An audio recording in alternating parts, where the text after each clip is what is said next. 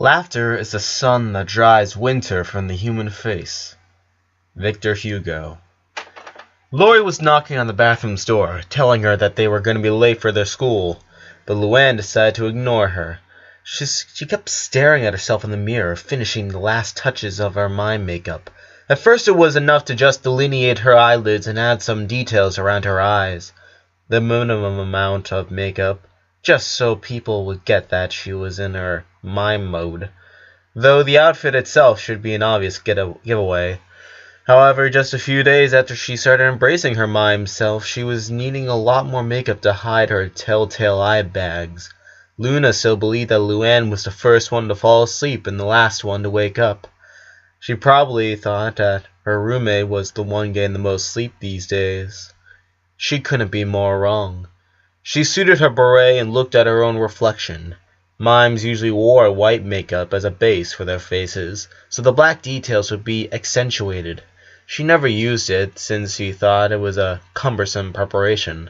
But seeing her pale face in the mirror, she could now see the beauty of the contrast. She slowly turned her head from one side to the other, partly to check that her makeup was good, partly just so she could play for time. She stared at her own face in the mirror, black and white. Luann took a deep breath and tried to relax. She tried to clear her mind, to stop thinking about everything. She just wanted to concentrate on what she was about to try. 17. Just 17.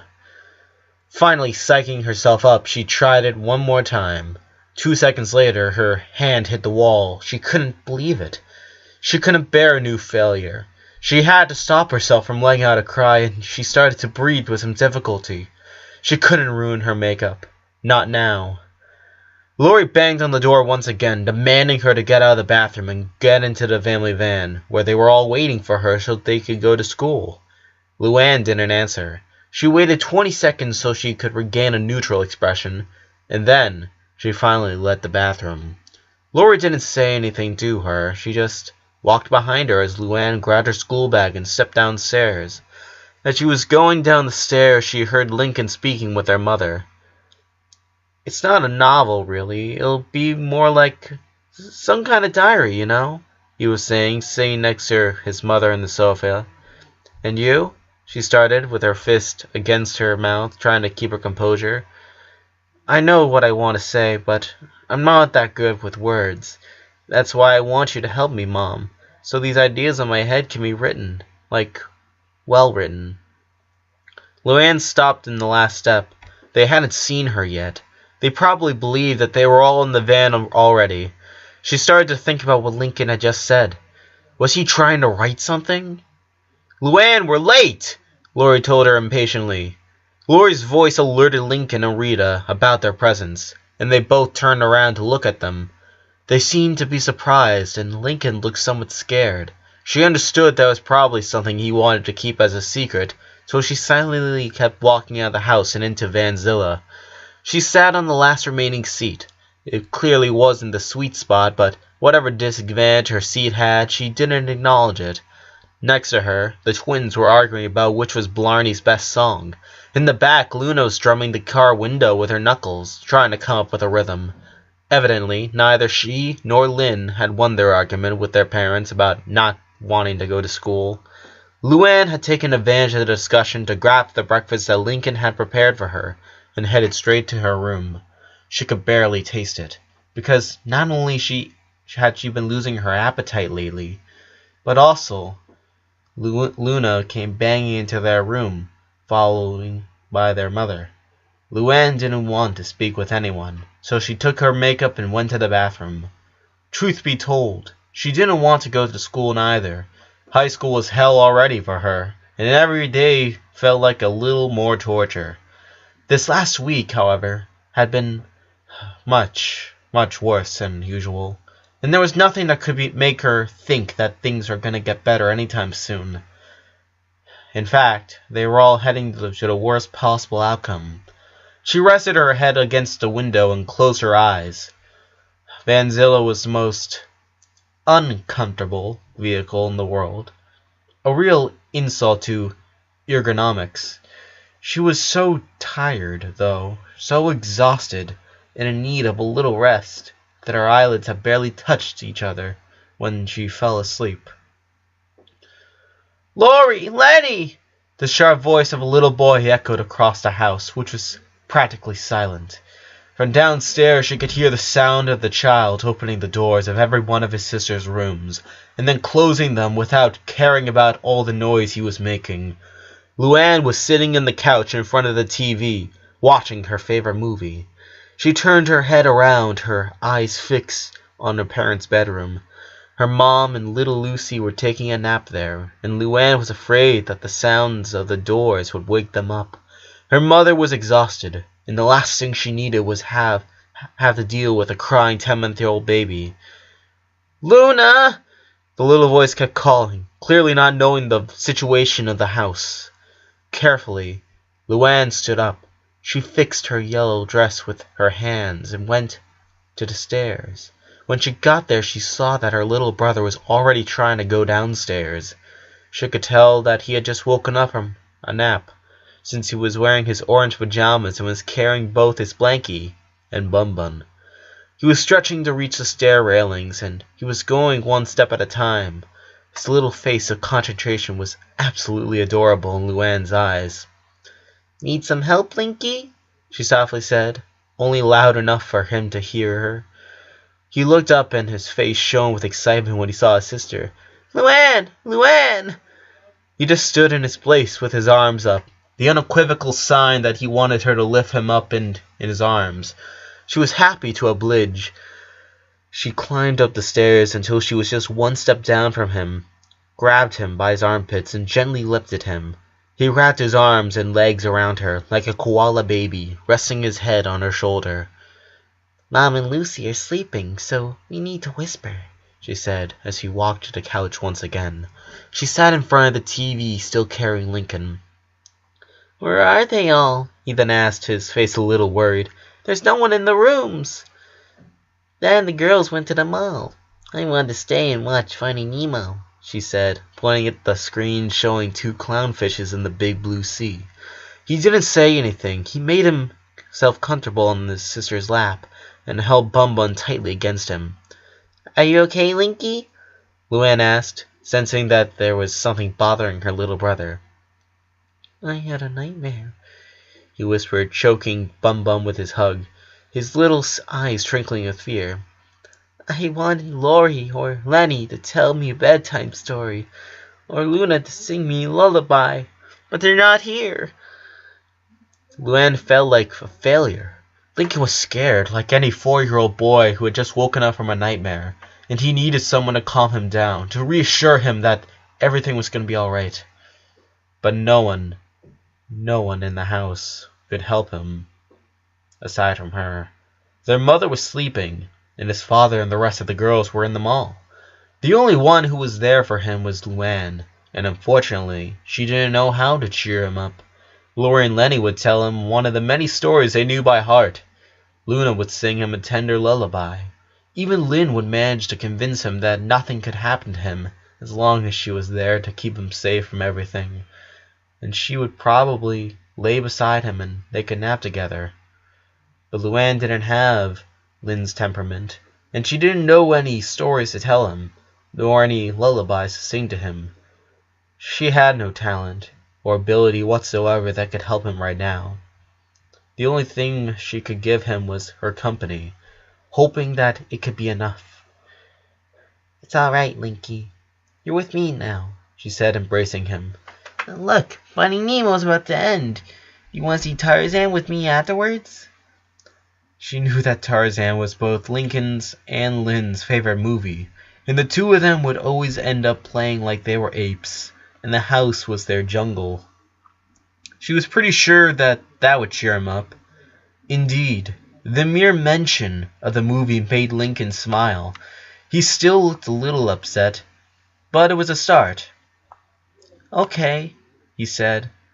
Luann shifted him a little, so he could sit more comfortably in her lap. He had just the right height so she could watch the movie over his white hair. In the movie, Marlin, Nemo's dad, was finally telling his joke. So the sea cucumber turns to the mollusk and says, "With fronds like these, who needs anemones?" he said, and the rest of the fishes started to crack up. "I don't get it," said Lincoln, frowning at the screen. "What's so funny about that?" "Well, we don't hear all the joke," she said, Luann, shrugging it off. "But it was just a pun." "What's a pun?" "It's a play on words. When words sound familiar, but they mean different things, and it's funny because it kind of makes sense in both ways." Lincoln turned around and stared at her with confused eyes. "What?" he said, clearly not understanding her. Luann sighed. She wasn't the best at explaining things either. "I mean, like Marlin's joke. The real phrase is, 'With friends like these, who needs enemies?' But since they're underwater, he says, 'With fronds like these, who needs anemones?' Get it?" She could see through her brother's eyes. She saw the engines working together, trying to decode the joke. When he finally understood it, his face was completely shocked for a moment. Completely stunned, like he just found a hidden treasure. And right away he let out a chuckle, showing his big smile with a missing tooth. Hearing him laugh was a big relief for Luann. "I get it," he said, chuckling a little more. "Do you know another pun?" Luann's mind was trying to remember. She didn't really know any jokes. That was her father's hobby. She tried to think about any joke that she heard in school, in TV, but she couldn't remember a single one. She looked at her brother. He was waiting for a joke. He wanted to laugh. She wanted to make him laugh. Then he saw Bun Bun, and an idea struck her. "Lincoln, do you know why Bun Bun's never hungry?" He looked confused and stared at the bunny. With an innocent smile, he said he didn't. "Because he's always stuffed. Get it?" "Yes," he said, starting to clap and chuckling a little more. "'Cause he's a stuffed animal. Exactly. Another, please tell me another." Now she had something going on. It wasn't really that hard to make a pun. You just had to think with a different perspective. She started to think about a new joke to say to him. She was no clown, but clown. That was it. "I held the door open for a clown the other day. Do you know why?" He asked with a big smile. "Why?" he said, laughing in anticipation. "Because it was a nice gesture." Get it? This time, Lincoln couldn't keep his volume down, and Luann had to cover his mouth with her hand to muffle his laughter. He realized that, and he tried to shut himself up, but he couldn't stop laughing. Luann was fascinated. She had never cracked a single joke, so she didn't really know that magnificent sensation of making others laugh. It was something that was making her feel proud. It made her feel happy. She knew she needed to keep him laughing. She needed to come up with a new pun. She started to think, what did they have for lunch? "Hey, Lincoln, listen up," she said, starting to laugh before even telling her joke. What does a sausage say when it wins the race?" He started giggling too, seeing how his sister was reacting to the joke before even finishing it. He was starting to get hyped up. I don't know. "I'm a wiener!" He opened his mouth as wide as he could and started cracking up.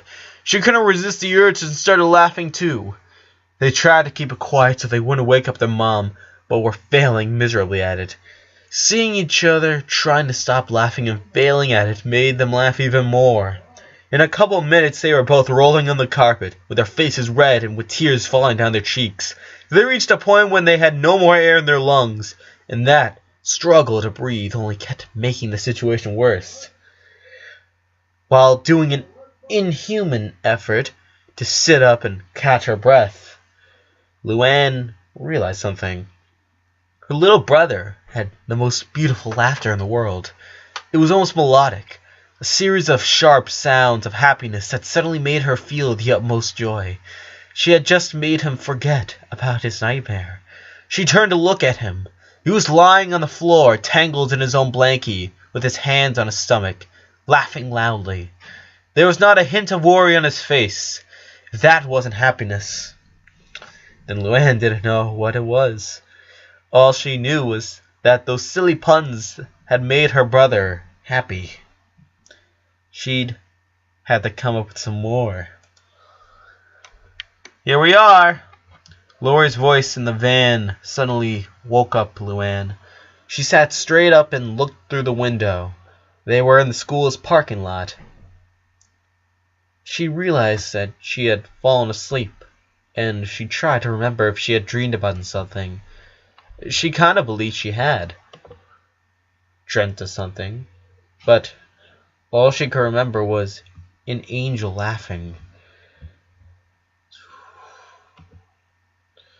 Not giving it too much thought, she was always dreaming with laughs.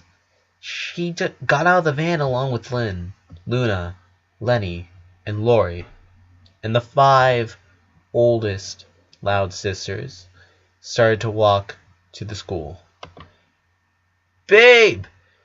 The distant figure of Bobby Santiago became larger and larger until he was received with a big hug by Laurie. How are you? He worriedly asked as soon as they ended their embrace. I am, terrible, she said, hiding her teary face in her boyfriend's torso. Oh, babe. The couple stood in the middle of the parking lot trying to comfort each other, and the rest of the girls decided to keep walking. They'd be late for their classes if they didn't hurry, and none of them really wanted to stay there, watching their older sister breaking down just before entering school. They didn't want to go through the same. The 4 of them continued walking until a group of girls wearing t-shirts from different European soccer teams started to call Lynn's name, waving their hands. She sighed, bid farewell to her sisters with a later, and she went to join her friends, walking without any kind of enthusiasm. Some minutes later, some girls wearing skirts, long boots, and shirts from their favorite bands approached them, grabbed and practically dragged Luna to the music room, talking about a new amplifier that was absolutely rad. And then there were 2, Luann and Lenny, kept walking side by side. Their classrooms were in the other end of the school, and the bell would ring any minute now. Luann, you're not making any jokes, aren't you? Lenny casually asked as they strolled by the cafeteria. Luann didn't answer. Dumb, moony Lenny. Why was she like that? Why couldn't she just ignore her like the rest of her sisters? Why was she so forthright? Sometimes Luann lost her patience with Lenny. Right then, however, she kept her composure and remained in silence. I'd like to tell you something, Lenny said, lowering her voice a little, like she was ashamed of what she was about to say. I know I never laugh at your jokes. No one does, but because they all, think that they're pretty bad and totes annoying. Luann clenched her fist. What was she trying to do? To make her cry in the middle of the school? But I don't. I don't laugh because I don't understand them. I know that you're always asking if we get them or not, but it's embarrassing to admit that I'm the only one who doesn't understand them, she confessed, sounding disappointed with herself. I always try to remember them, though, and when we're alone, I ask Laurie to explain them to me. And I think that you're totally funny. Maybe the rest of the guys don't like it too much, but I think it's cute that you're always trying to make us smile, especially when we need it the most. Luann started to walk a little faster. She wanted to reach her classroom and go inside as soon as possible. Her eyes were starting to itch, and she wasn't really looking forward to ruining her makeup with her tears. Lenny definitely had no sense of timing whatsoever. Luckily for her, she didn't need to make any maneuver to get away from Lenny. As soon as they got to the most crowded part of the school, boys from all ages started to surround them, trying to see Lenny, offering to carry her books, her bag, and even herself to class. Taking advantage of the crowd, Luann started to walk away from her sister.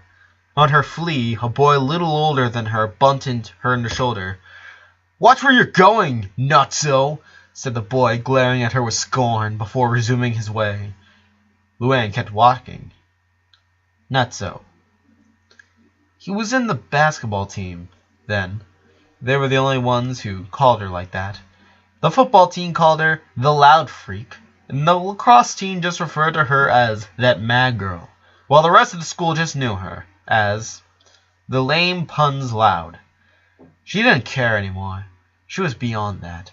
They could call her whatever they wanted. If she let them get to her, then they win. So she simply ignored them all. Every day. The school day went, amazingly enough, without any incident. No one told her to shut up. No one threw her books to the floor as she was walking between classes. And none of her sisters tried to make her speak. Apparently, many things could be avoided when you just keep your mouth shut the whole time and eat your lunch in the library. The only thing she couldn't avoid were the funny looks, the snickers, and the mumbling people started to make when they saw her dressed as a mime. But then again, she was used to it. People laughed about her looks all the time. Apparently, it was a crime to not wear short skirts, and her buck teeth and braces weren't exactly the latest fashion trends. She had assumed that she wasn't as pretty as her older sisters. It didn't hurt to be reminded of that. Every day, everywhere she went. She texted Lori telling her that she'd be staying in school after classes so she could study with a friend. Lori told her it was okay and wished her luck, but they both knew that Luann didn't have any friends to study with. Lori just knew it was no more than an excuse because Luann didn't want to go back home in the family van. Instead, when the school day was over, she decided to walk her way home. It was a longer trip, but it would allow her to catch some fresh air, distract herself, delay her arrival to her house. She didn't want to be there. Why would she want to be there? Just to be reminded that soon enough things would never be the same? But she lived there, so it wasn't like she could avoid it forever. She eventually got home, and just in time for the drama. She had barely left her stuff in the room when the entry door was suddenly opened and someone climbed the stairs in a stampede, startling her. "Lincoln, what happened?" said the loud and extremely worried voice of Lori, coming from downstairs. Luann's heart stopped itself for a couple seconds. She bolted out of her room just in time to see Lincoln going inside his own. She thought she heard some metallic noise, but she didn't give it much thought at the moment. The rest of the girls arrived seconds later, the elders with the worried faces. "Dude, are you okay?" Luna asked, banging his door. "I'm all right. It's nothing," he said, trying to reassure them that he was okay, but they could hear that he was in pain, and it looked like he was crying. "Lincoln, I'm coming in," Lori said, trying to open the door with the linen closet. But no matter how hard she turned the doorknob, she couldn't get inside his room. "Lincoln, did you put your bed in front of the door?" "Mom bought me a new spare key," he simply said. All the girls exchanged a confused look. Lincoln had lost the key to his bedroom some years ago while he was home alone, and because of that he'd been locked inside his room for hours, until someone came back and found him. As a punishment, his parents had forbidden him from having any kind of lock to his room. All his sisters were pretty happy to be able to go inside his room and any time they wanted, and they staunted his privacy practically all the time. Evidently, Lincoln had talked with his parents and asked him to make him a new key. What was he hiding in his room? "Lincoln, open your door," Lori said sternly. "I can't." "Lincoln, open your door or I'll let Lynn tear it down." "No, you can't come in," he yelled from inside his room. "I'll tell you what happened, but you can't go in here." Lola and Lana started to protest. The 5 older sisters understood that if Lincoln didn't let them in, then he probably had a reason. Maybe it was related with the secret they all had to keep. The rest was history. He told him about Ronnie Ann, about everything that had happened between him and her the day before, and that very morning. He didn't say that he wanted to tell Ronnie Ann about him dying. Instead, he just said he wanted to invite her to a video games convention. The twins and Lucy seemed to buy his lie.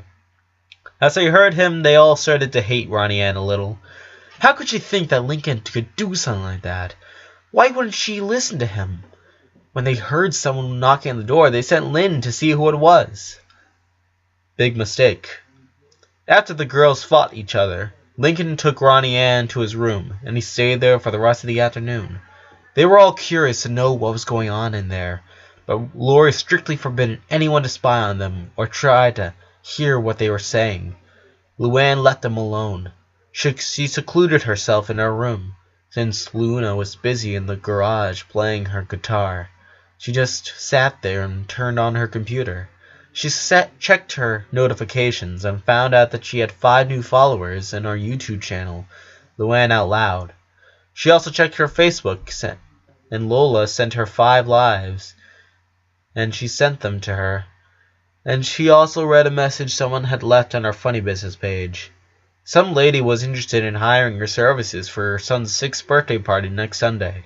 She was apologizing for calling her with such little anticipation, and she was offering to pay a little extra money for her inconvenience. Luann looked at the boxes, where she kept all her jokes equipment. She needed to replace the magic set she had got for Christmas, and her unicycle wheel needed some adjustments. She could really use some money, but she took her reputation and her work very seriously. And she would never accept a job she wasn't convinced that she could give her best. So before accepting the job, she had to try it again. She walked until she stood before the full-length mirror she and Luna had in their room. She took a deep breath and tried to focus. 17. Since her whole life was about trying to make people smile, she had researched a lot about it.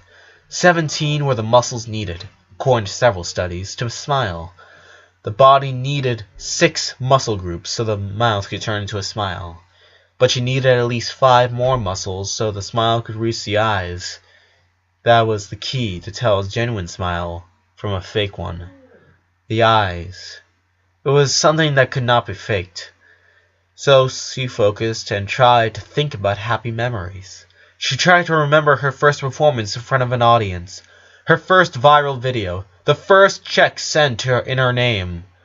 Those were thoughts that usually made her feel proud and cheered her up. She tried to picture herself smiling. She concentrated with all her might. When she opened her eyes, she tried to make her face turn into an honest smile.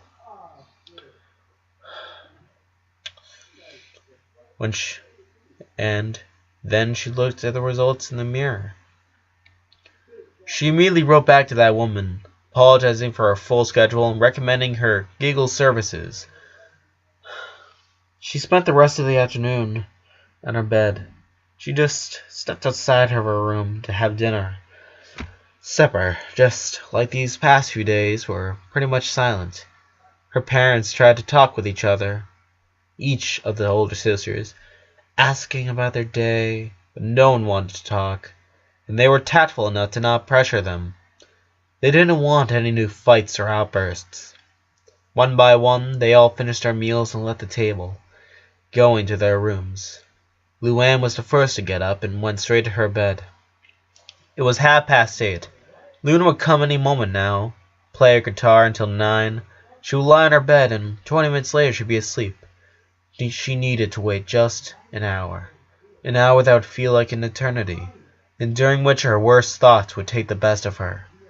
Luna entered their room, and about 10 minutes late after Luann.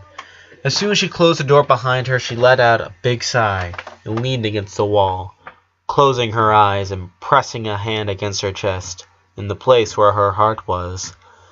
Luann was lying on her bed, looking at the wall, but she could still see Luna out of the corner of her eyes. She knew Luna and the rest of the girls who knew Lincoln's condition were suffering, and just as bad as she was. She knew that they were all pretending to be fine on the outside, but in the privacy of their own rooms, where their little sisters couldn't see them, they allowed themselves, all of them, to break up, to let the pain take the best of them, pretending that it was all good, consumed too much energy. They had to repress so many tears. They had to hide too many emotions. Luann had an easy way out. As long as she was wearing her mime makeup, none of her sisters would be wondering why she wasn't speaking, or why she was looking so sad. They believed it was all part of their performance. In fact, they'd probably be grateful, for they no longer had to bear with her puns. She pictured her twins, talking in their rooms about Luann's sudden silence. "Why do you think she's acting so sad?" Lena asked. "Who knows? Maybe some dumb mime contest," Laura would answer, uninterested. "At least we don't hear her bad jokes all the time." Totally. It's about time she shut up. And then, such a conversation were to happen, they'd both be laughing with relief. When they were little, the twins enjoyed her jokes a lot. They used to find the puns pretty clever, really entertaining. Luann started reminiscing about those times when her family still enjoyed her jokes. She could remember all her younger siblings cracking up, her older ones trying to hide their laughs. But mostly, she was thinking about Lincoln. Him, the one for whom she had started her way into comedy in the first place. Her only brother, her shining little star. Luna turned off the lights in her room. She took her guitar and sat in a chair next to the window. Luann was still looking at the wall, but she could picture her sister's silhouette being lit by the light coming from the street. When she started to hear her playing some chords, Luann closed her eyes. Luna was her closest sister. She loved her, and while she wasn't really fond with her music, she loved hearing Luna play the guitar or any other instrument. She was her #1 fan, and any melody played by Luna was a melody Luann enjoyed. So as the music started playing, and her sister started singing, Luann tried to stop thinking about anything else. "I know it's late, but something's on my mind. It couldn't wait. There's never any time. 'Cause life slips by without a warning, and I'm tired of ignoring all the space that's between you and I." When Luna started playing ballads made by a Canadian rock band, it was safe to assume that something inside of her was falling apart. Luann noticed the feelings with which Luna was singing. The pain with which those words were leaving her mouth. She could also feel the subtle difference in her strumming. She wasn't energetically hitting the strings. She was instead letting her hand fall down by her own weight, slowly moving her fingers to play her favorite instrument. She was making mistakes, messing up the rhythm at different parts, having to take small but perceptible fractions of seconds to make it right again. It wasn't common for her to make that kind of mistake, and it was terrible for Luann to hear her like that, to know that her sister was hiding her pain behind those songs, trying to keep it cool. Because even if it was a slow, sad song, Luann knew very well that Luna was holding her emotions back. If she really, really wanted to cry, if she was really looking for a catharsis, then she had the songs for it. The music she'd be playing these last few days were just a facade, a masquerade to disguise her pain. She wanted to stand up, hug Luna, and cry along with her, to use her shoulder as a place to let her pain flow through and out of her in the form of tears, to take that weight off her shoulders. But she didn't do it. She kept staring at the wall, trying not to think, to silence that annoying cricket in her head that was telling her that she didn't have to suffer alone, that her night escapades were just making her feel more miserable. She tried to shut it by focusing on what her sister was still singing. Let's dance around this room like we've only got tonight. Not about to let you go until the morning light. You can be my whole world if I can be your satellite. When she played the wrong chord at the end of the chorus, she stopped her strumming.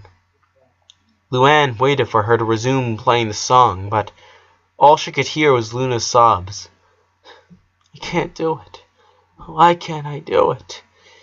Luna depressively wondered, in a whisper so low that Luann could only catch it because the house was exceptionally silent. She knew what she was feeling. She was having trouble playing her guitar.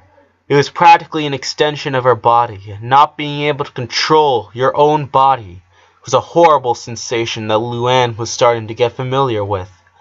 After all, she had lost the ability to control those damn 17 muscles. I can't do it anymore. I can't. Luann heard her sister grabbing her guitar again, and Luna started playing some new chords, this time more slowly. Now I can't sing a love song like the way it's meant to be. Well, I guess I'm not that good anymore, but baby, that's just me. Yeah, I will love you, baby. She raised her voice to sing, and Luann heard the heart-rending sound of a voice trying to remain normal, but staggering with the unmistakable effort of trying to stifle a sob. A tune that did not hurt the ears, but the heart. Always, I'll be there till the stars don't shine, till the heavens burst and the words don't rhyme. I know when I die, you'll be on my mind, and I'll love you always.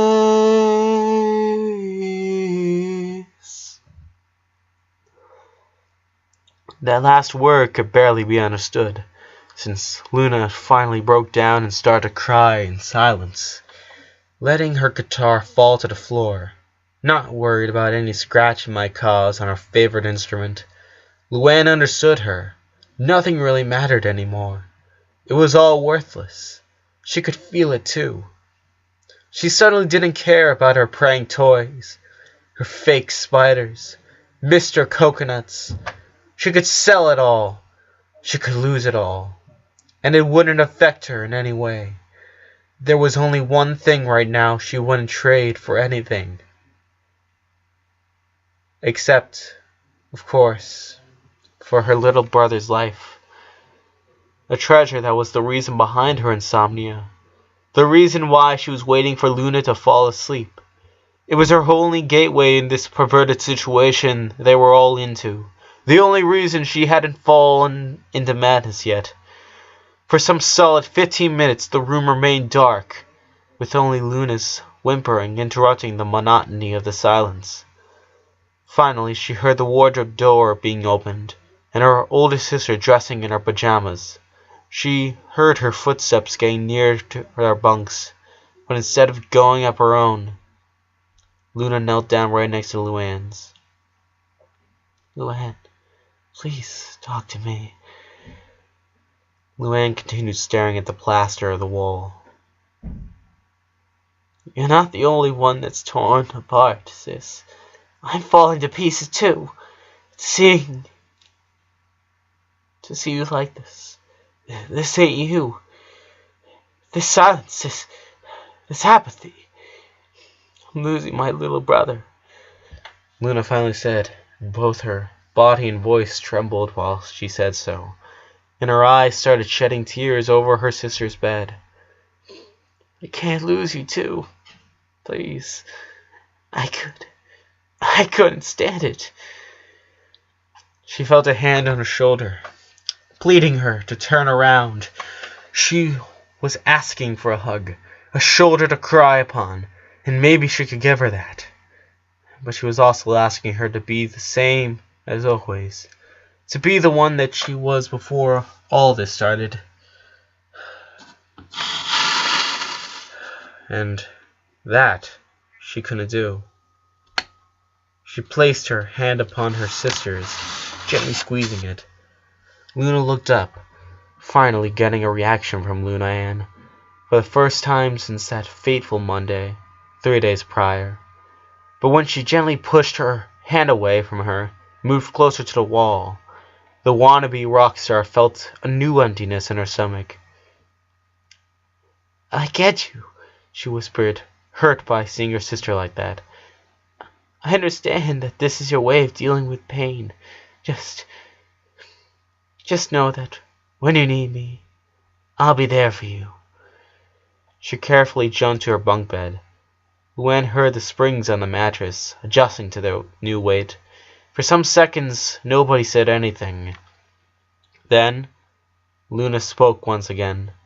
By her tone and rhythm, Luann knew that she was quoting a new song. No more worries.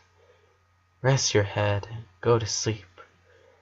Maybe one day we'll wake up and this will all be just a dream. She wished she could believe that.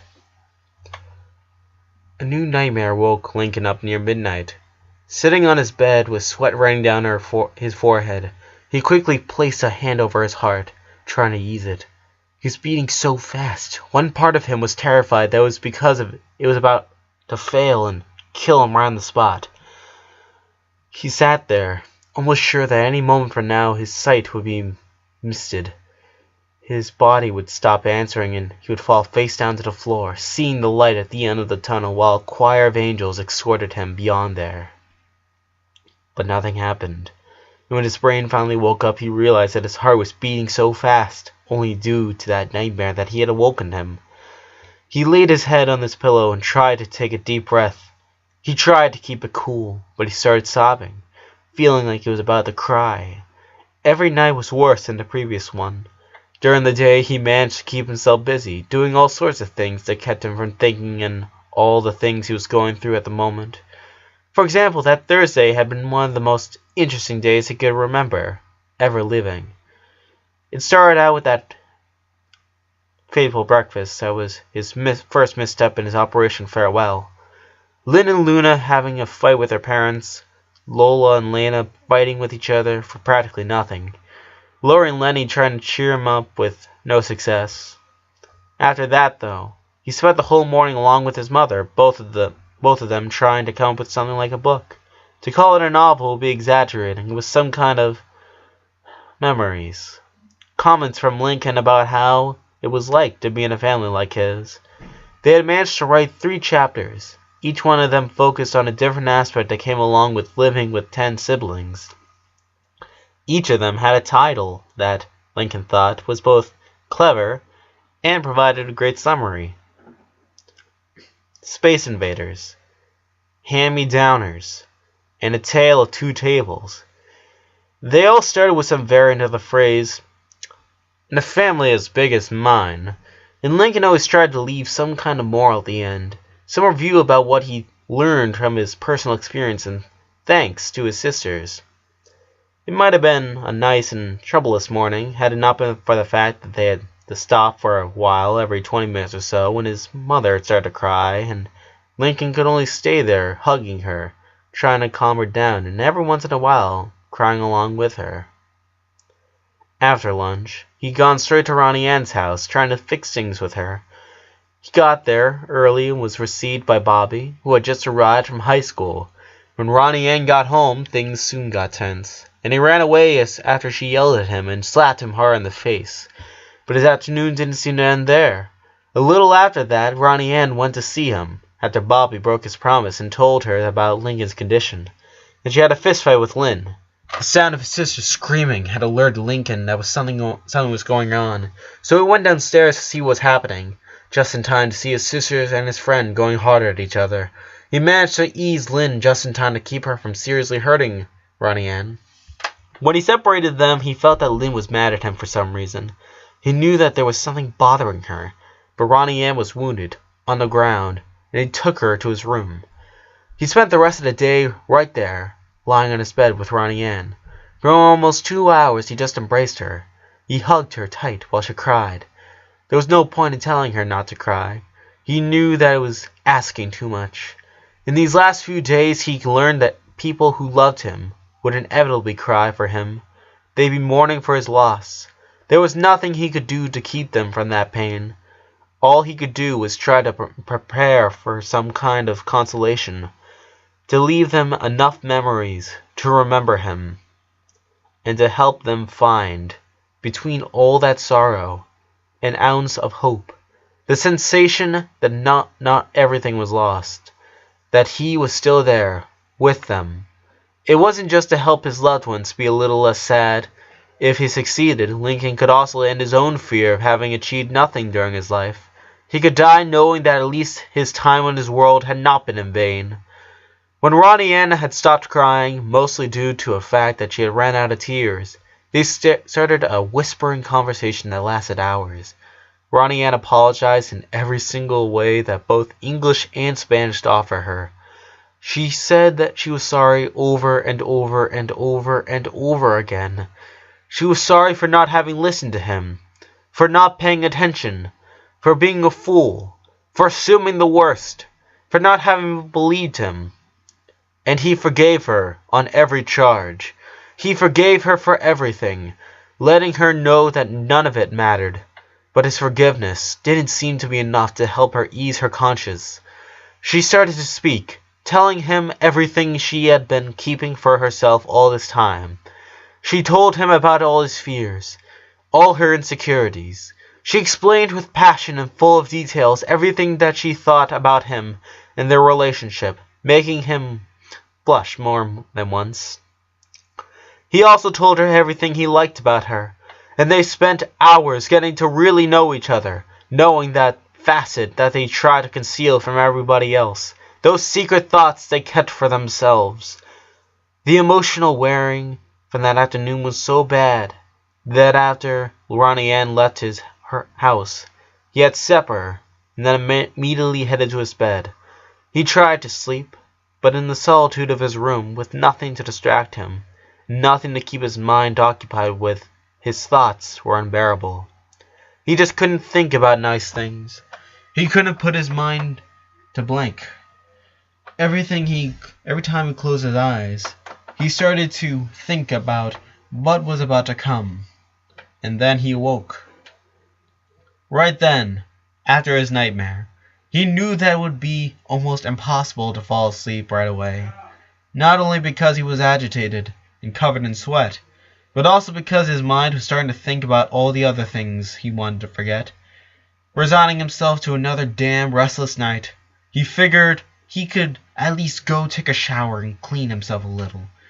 He took a towel, some fresh clothes, and he stepped out of his room. As soon as he entered the dark hall, he noticed a dim light that was coming from beneath Lisa and Lily's bedroom door. He curiously went to check where that light was coming from, and quietly opened the door. "Lisa?" he softly called, poking his head inside the room. "Are you awake?" He didn't want to wake Lily up. She was sleeping quietly in her cradle. His attention went automatically to the computer screen, the source of the light. He then checked Lisa's bed, empty and unused, without a 4-year-old sleeping there. Worried, he looked around the room, until his eyes finally saw a figure in the dark. It was Lisa, lying on the floor, still with her day clothes and using an open book like a pillow. Lincoln sighed and dropped his stuff on the floor. As she was approaching his little sister, he looked at the computer again. Synthesizing enzyme, 62% completed. He stopped on his tracks. Synthesizing? He had read too many comics and not recognized that term. Could it be that? No. No, he couldn't allow himself to even think that. He shouldn't have hope. He was going to... It was happening. He had to accept it. Being extremely careful, he lifted his younger sister. She moved slightly in her sleep, but he cradled her in his arms and shushed her. It worked. She stopped moving and snuggled herself in his arms with a smile. Lincoln went to her bed and sat on it. Very delicately, he removed her glasses and put them in the nightstand. He also took her sweater, leaving it in a chair nearby. He laid her on her bed and tucked her in. Lisa mumbled something about the properties of magnesium, but she remained sleeping. Lincoln remained in her room for some minutes, staring at Lisa. He stroked her hair, trying not to wake her up. She had tried to keep herself asleep, probably doing some researches about and trying to find a cure for him. He decided to let her work on it, because he knew that Lisa wouldn't be able to live with it if he denied her that opportunity. But if she couldn't cure him, he didn't want to imagine her reaction. Wishing her a good night, and for this night to end, he took his stuff again and went straight to the bathroom, looking forward to a hot shower. After a 10-minute shower, Lincoln was walking his way back to his room, hoping to be able to catch some more Z's that night. But when he walked past the stairs, he heard some noise. He stopped there and looked downstairs. Everything seemed normal, but he was definitely hearing something. It appeared to be voices, but the sound was too low for him to understand it.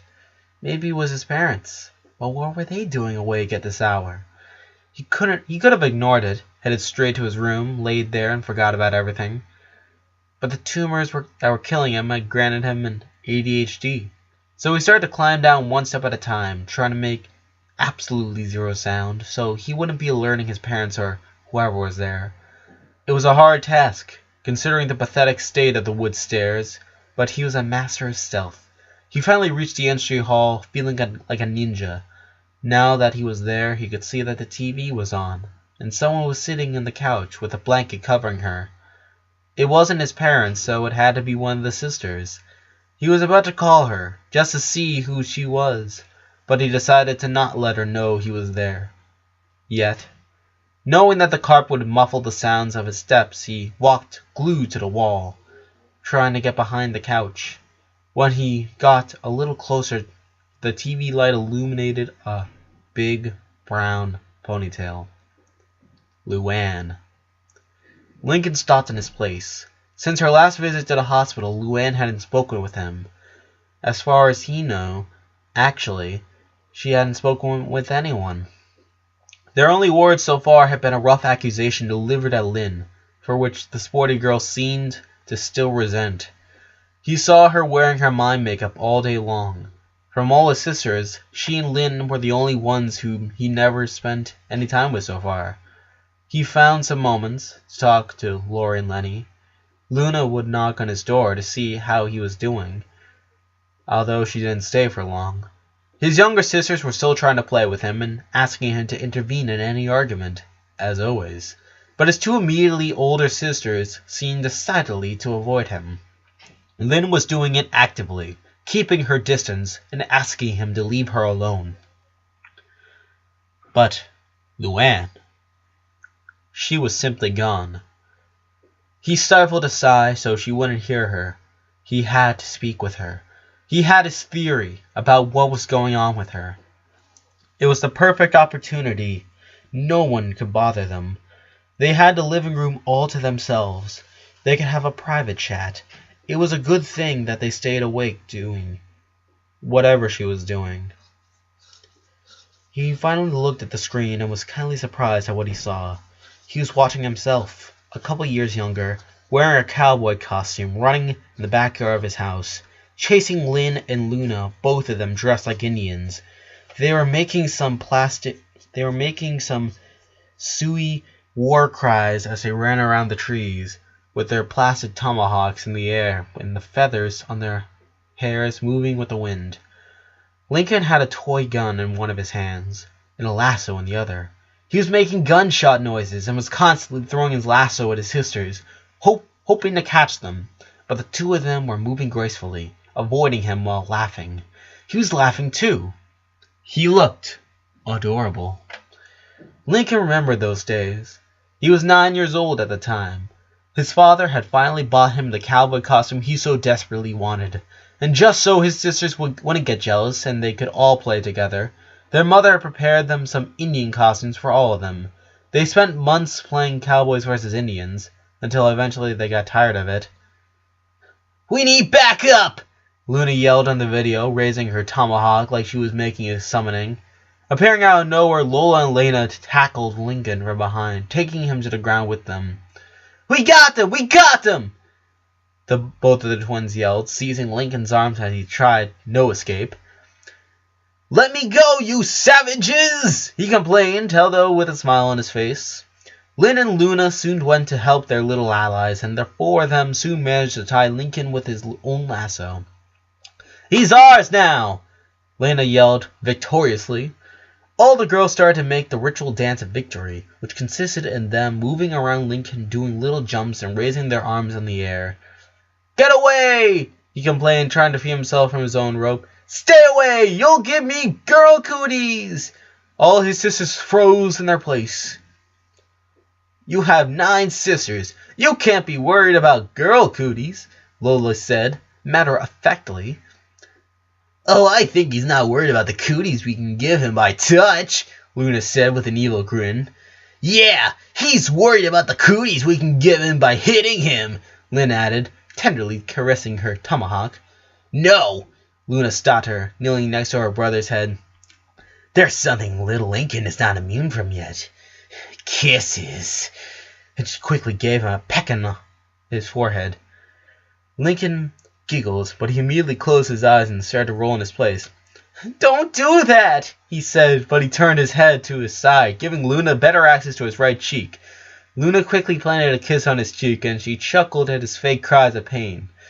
Soon the twins took Luna's place, filling Lincoln's face with little kisses, and even Lynn did her part, while they all laughed at the way Lincoln was screaming, saying that it was burning him.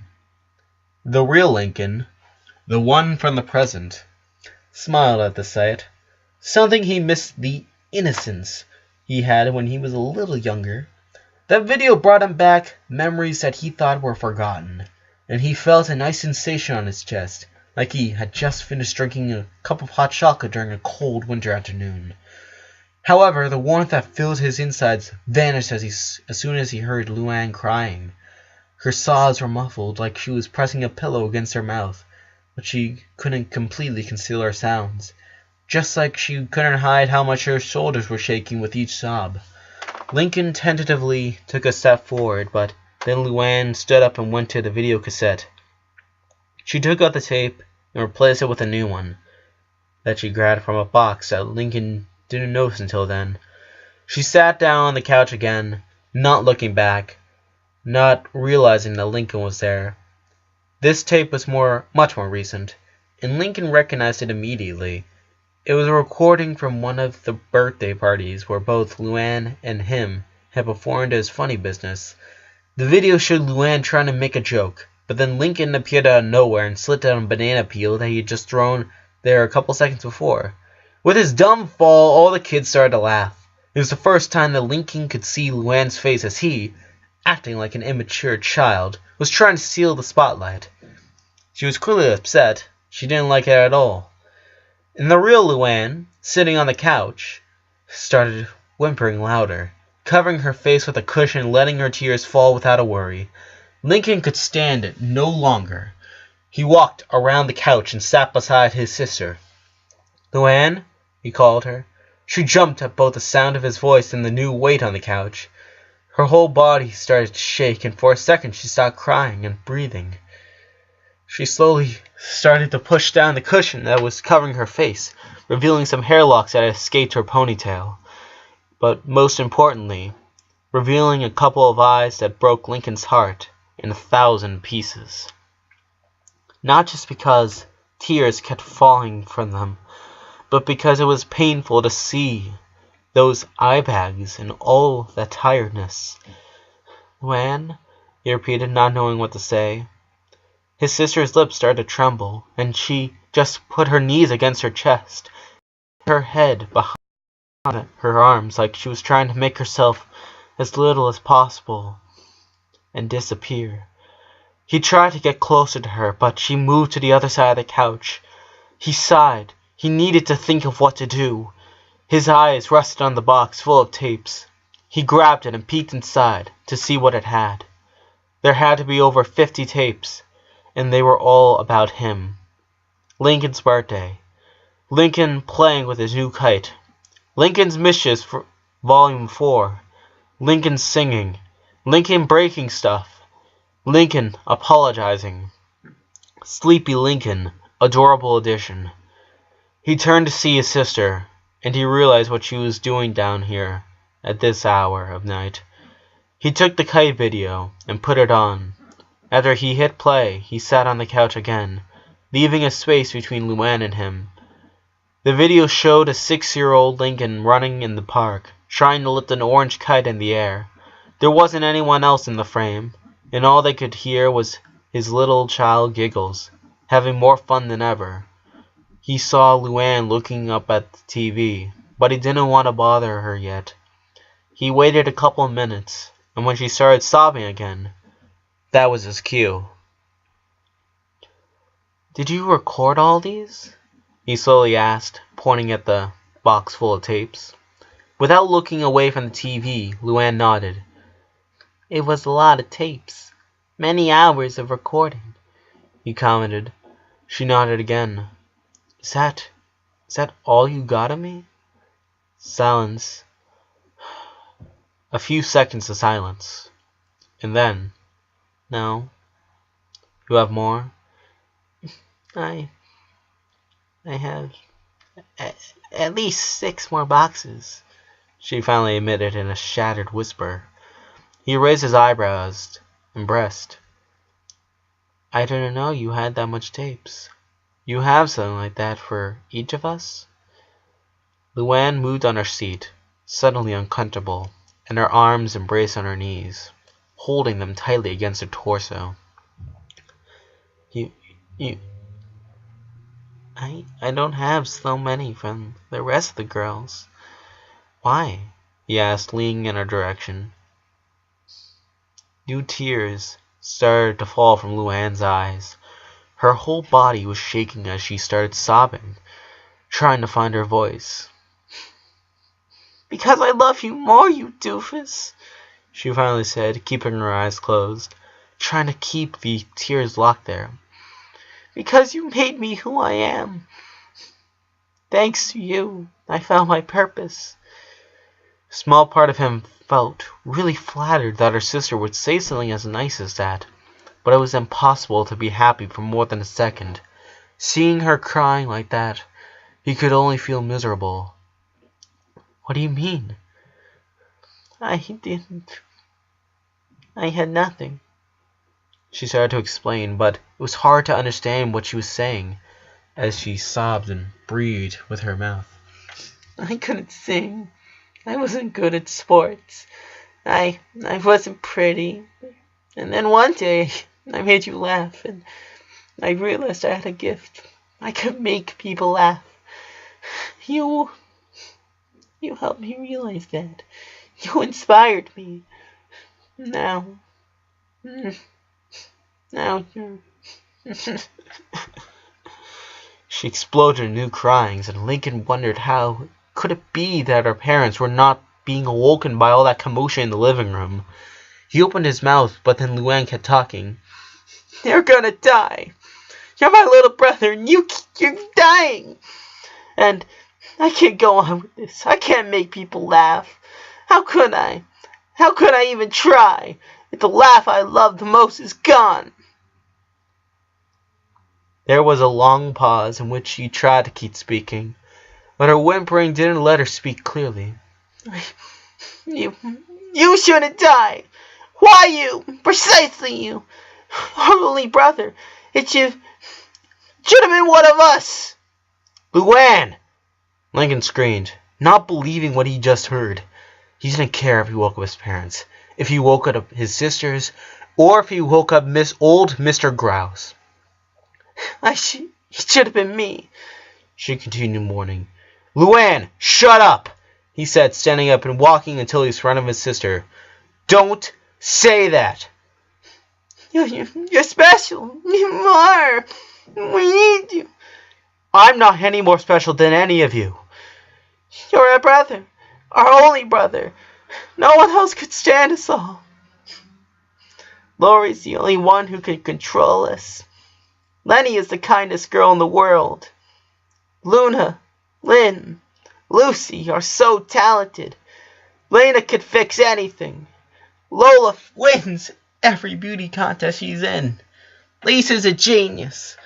Lily would probably be great at whatever she does. And you're amazing, Lincoln started, but she didn't let him finish. And I'm just a joke. Jester. I can only make jokes and be there for people to laugh at me. At me. Not with me. I'm the school freak. I don't have no friends. I'm a loser. A useless, worthless, 14-year-old girl. And if someone in this family should die, and it should have been, it sounded worse than it actually was. The echo resonated in the living room walls, but Lincoln was sure that his little slap hadn't caused any real pain to Luann. He just wanted her to shut up, and he made it. She was looking at him startled, with a mixture of surprise and a little fear in her face. Luann, I don't want to hear you say that ever again, Lincoln said, calmly but sternly. Since he was standing in front of her, and she was sitting, they were eye level with each other, so she gently put his hand on her cheeks, slowly caressing him, using his thumbs to wipe her tears. I don't want you to believe any of those things you just said. She opened her mouth, but the words wouldn't come out. He continued speaking. You're wrong. You're absolutely wrong if you believe that you're just some kind of walking joke, or something like that. You're much more than that. You're a girl who never gives up. When you have a goal, say like pranking someone, you will not stop until you get what you want. You've won more trophies than a normal person could ever dream of having. You say you're not talented? You surely master over 15 disciplines. You can juggle. You can ride a unicycle. You're a ventriloquist. You're a great mime. You're a great stand-up comedian. I mean, you even have engineering capabilities to prepare your most elaborate pranks. But not only that, with only 14 years of age, you've earned more money than many teenagers with part-time jobs.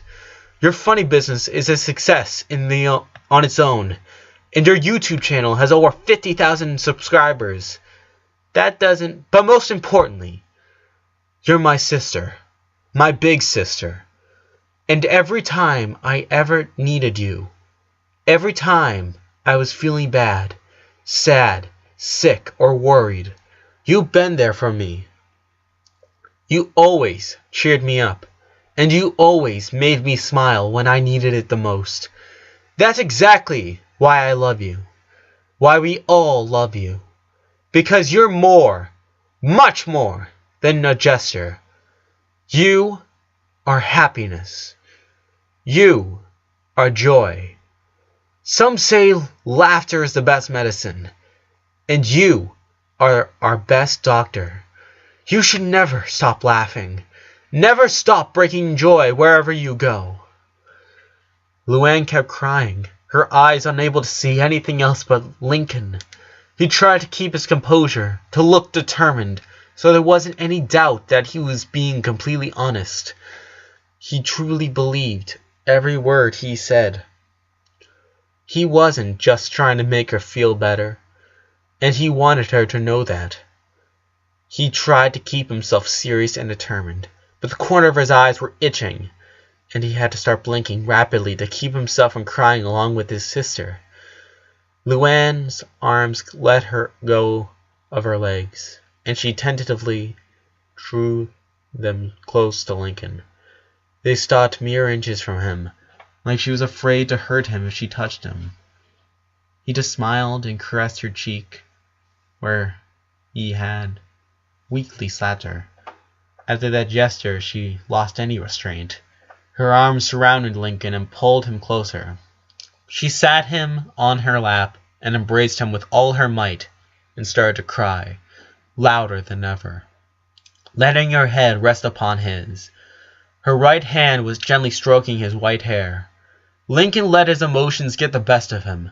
He wrapped his arms around her, which were actually really difficult to do, since he was facing her sideways and he could barely move between her loving arms, and allowed the tears to finally leave his eyes.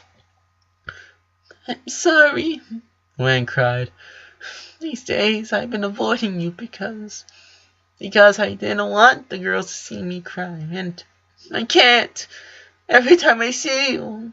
It's okay, he assured her, wiping his tears with her blouse. "I should have talked with you sooner. I had no idea you thought all those things about yourself. I should have seen it before I could." "Stop that!" she said, holding her tighter against her. "Stop blaming yourself for everything. You didn't do anything wrong. You're..." She couldn't finish the phrase. She just kept embracing him, caressing him, loving him. And the message was delivered. "Lincoln," she sighed, trying to find the right words to express herself. "I'm sorry. I'm so really sorry for everything I've done to you." "What are you—" "My pranks," she said, painfully sobbing. "I crossed the line too many times. I've embarrassed you. I've made you feel bad.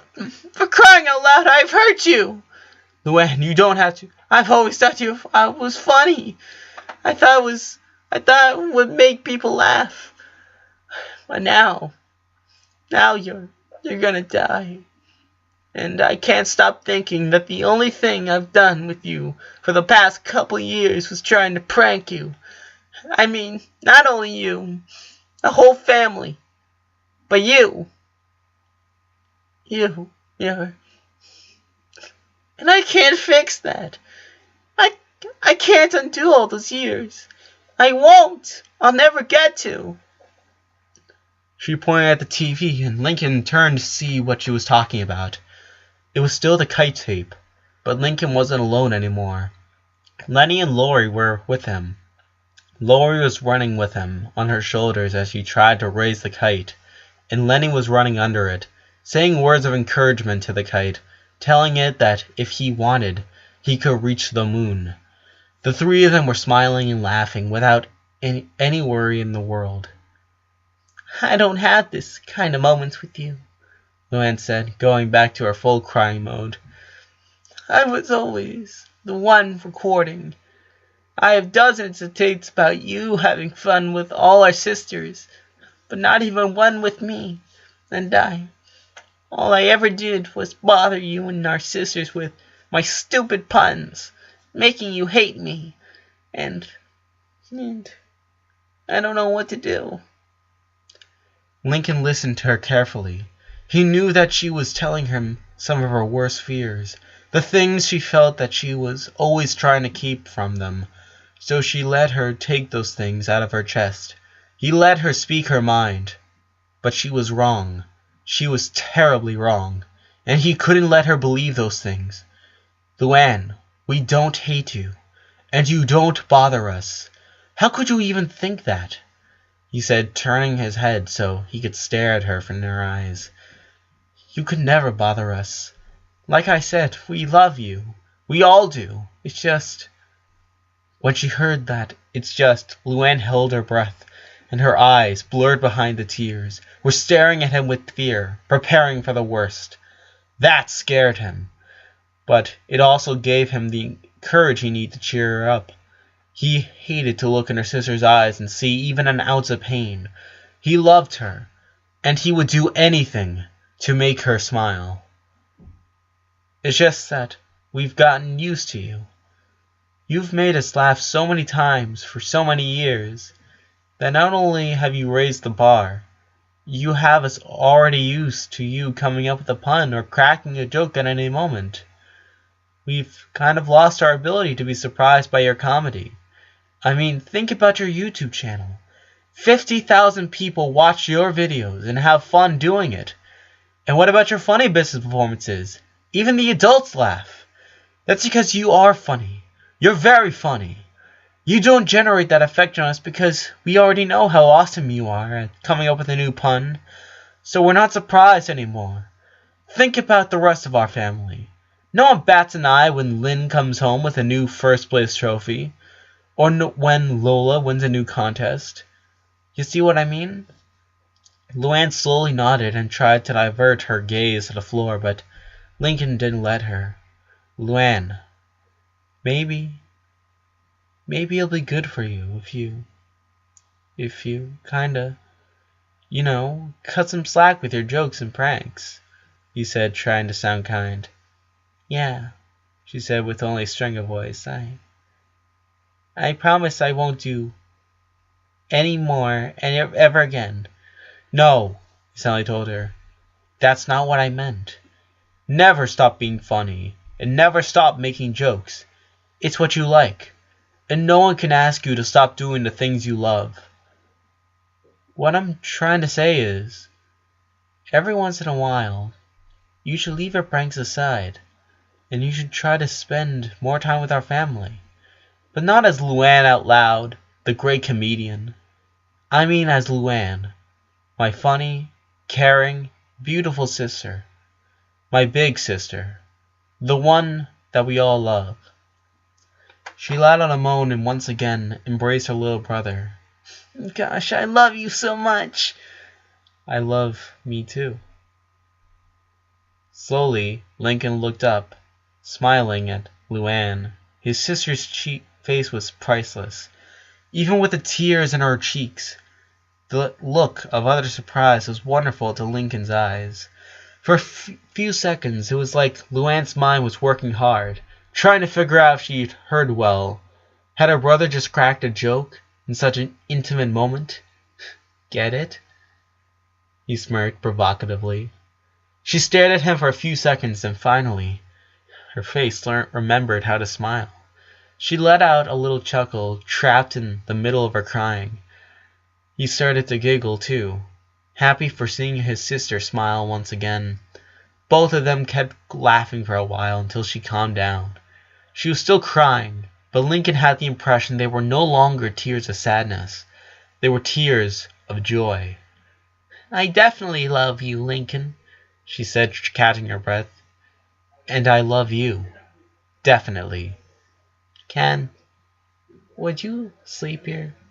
Bunk in the couch with me? She asked, blushing a little.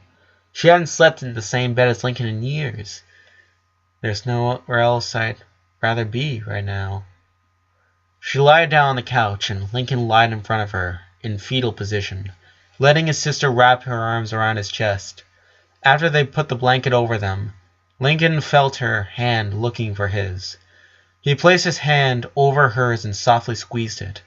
Feeling his sister's breathing on his head, he sighed out all his worries for the moment. He thought of telling her about some of the projects for Operation Farewell, mainly the ones where she was involved. One of those ideas was extremely important, and will require them working together as soon as possible. But Lincoln, oddly enough, found himself with the nice feeling of not wanting to think too much. Embraced by his sister, he let his body relax, and in a few minutes he entered a peaceful dream.